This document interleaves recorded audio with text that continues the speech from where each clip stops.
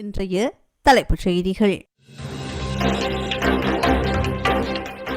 நாடளாவிய ரீதியில் அரசு மருத்துவ அதிகாரிகள் சங்கம் 24 மணி நேர அடையாள வேலை நிறுத்தம். பெண் வைத்தியர் பாலியல் துஷ்பிரயோகம். ராணுவத்திலிருந்து தப்பி சென்ற ஒருவரை சந்தேக நபர். குற்றவாளியை பிடிக்க களத்தில் 5 போலீஸ் குழுக்கள். மார்ச் மாதத்திற்கான ஆஸ்வசம கொடுப்பனவு இன்று. ஜனாதிபதி மதுவரி திணைக்கள அதிகாரிகளிடையில் சந்திப்போம். தேசபந்து தென்னக்கோனை கைது செய்ய பகிரங்க பிடியாணை. உணவு ஒவ்வாமை. 22 மாணவர்கள் மட்டக்களப்பு போதனா வைத்தியசாலைக்கு மாற்றம். அரசு சேவையில் புதிய நியமனங்களை வழங்க அமைச்சரவை அனுமதி.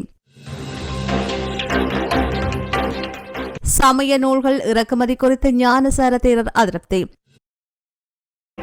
தேசிய ரமலான் பண்டிகையை சிறப்பாக கொண்டாடுவதற்கான தேதி நிர்ணயிப்போம். இலங்கையில் 2 நாடுகள் என்பதை மீண்டும் காண்பித்த ரணில் அருட்தந்தை சக்திவேல் சாடல்.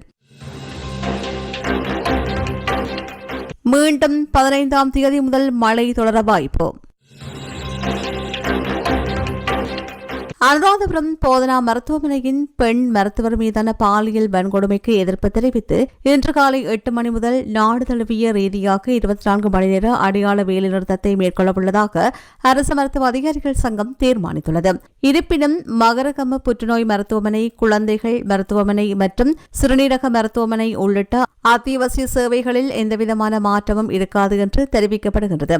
முன்னதாக அனுராதபுரம் போதனா வைத்தியசாலையில் இடம்பெற்ற சம்பவத்துடன் தொடர்புடைய சந்தேக நபரை கைது செய்வது மேலும் தாமதமானால் வடமத்திய மாகாணத்தில் உள்ள அனைத்து வைத்தியசாலைகளின் வைத்தியர்களும் இன்று முதல் பணி புறக்கணிப்பில் ஈடுபட உள்ளதாக அரசு மருத்துவ அதிகாரிகள் சங்கம் எச்சரித்திருந்தமை குறிப்பிடத்தக்கது.